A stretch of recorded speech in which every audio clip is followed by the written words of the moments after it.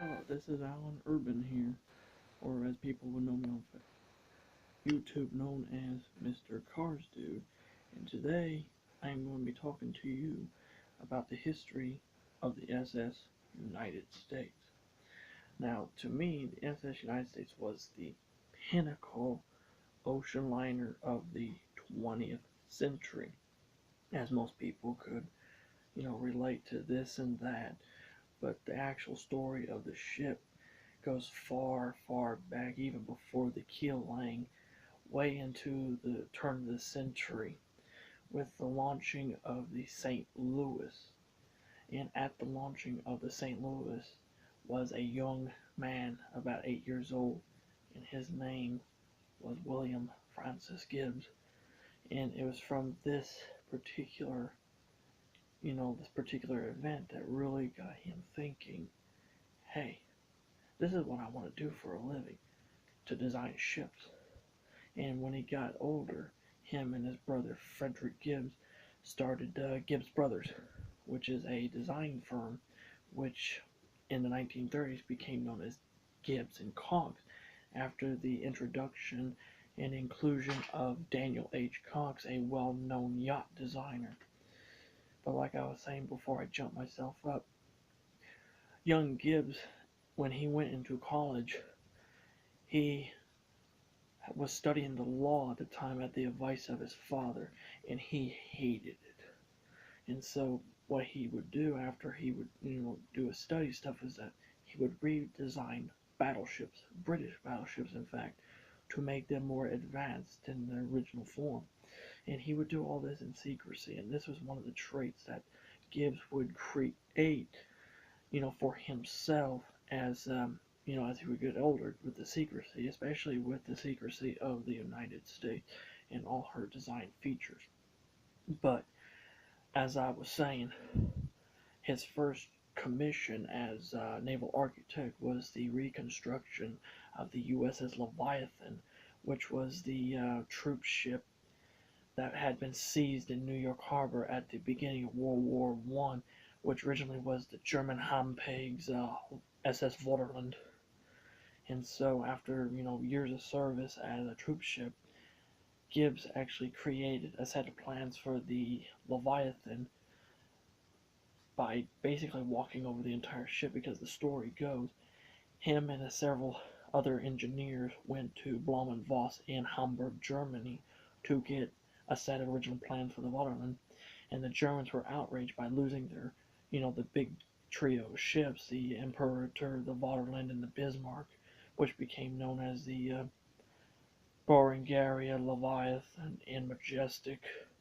They were outraged by the fact of this, and so they basically said, we won't hand you any of the plans that we have unless we get $1,000,000. Well, to Gibbs' surprise, he was angered at this, and he slurred a few words, and I can imagine a few of the words would be, fuck you, you goddamn assholes, and probably just slammed the door and left. And so it took him quite some time, but he created plans that were far more superior than anything the Germans had ever created before. And so with these plans in hand, he helped to recondition the Leviathan into a supreme American passenger liner, which she was the largest passenger liner ever to be under the Stars and Stripes. Not the largest built in our country, but the largest ever to fly the flag, because she was 59,000 some odd gross tons.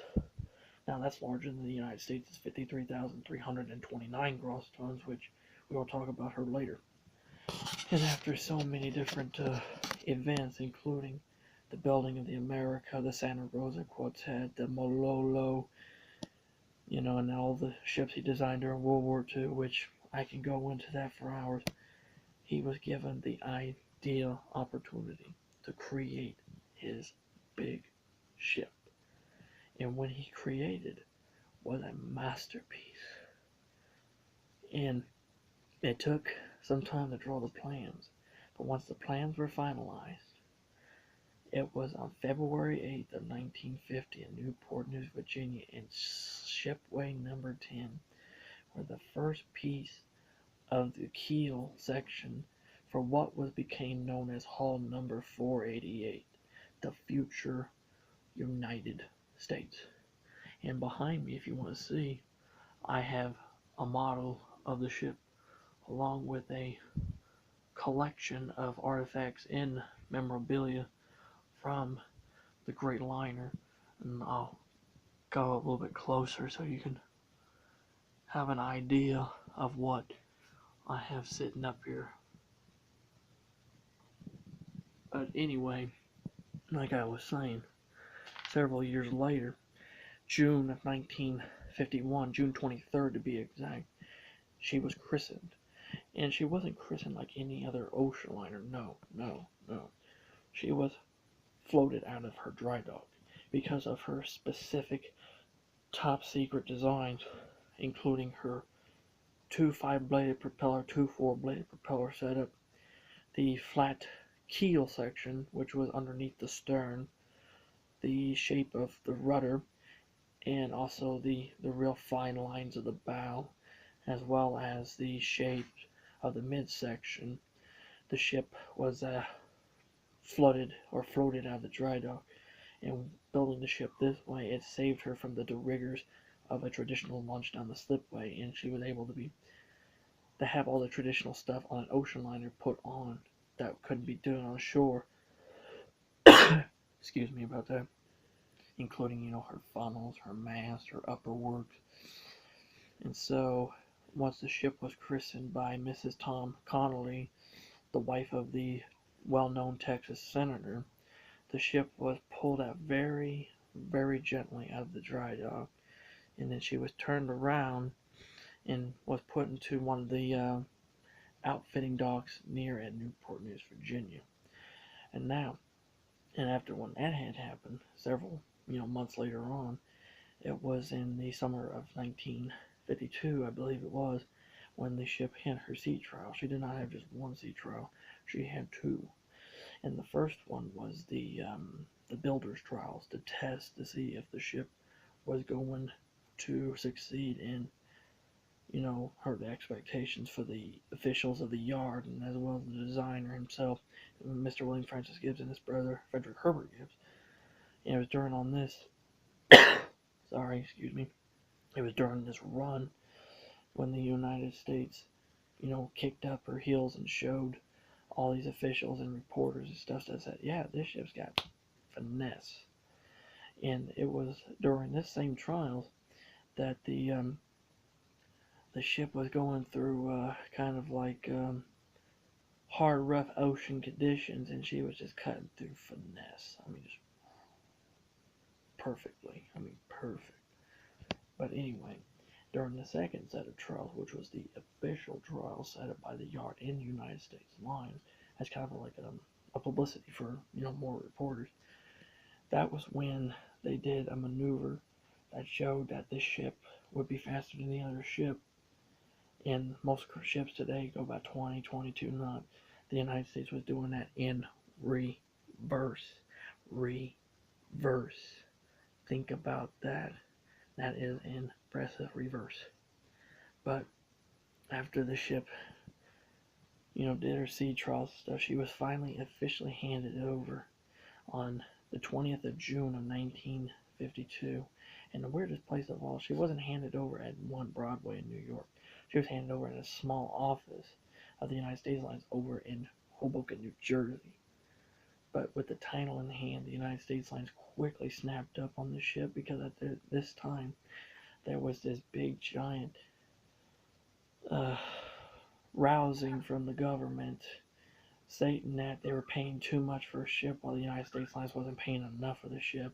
And the guy responsible for this was Comptroller Senator Warren.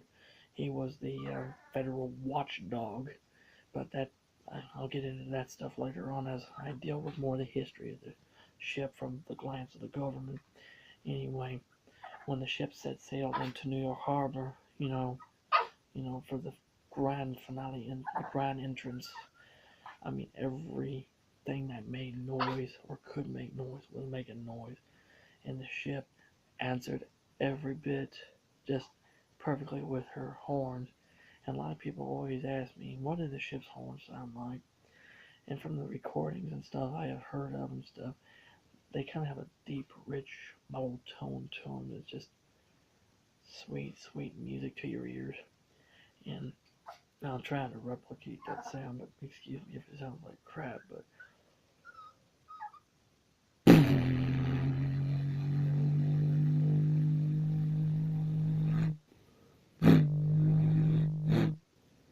yeah, that's kind of what I believe they would sound like. But anyway, until next time, I will give you the second part of this grand history for the ship. And this is Mr. Cars Dude out. See you later.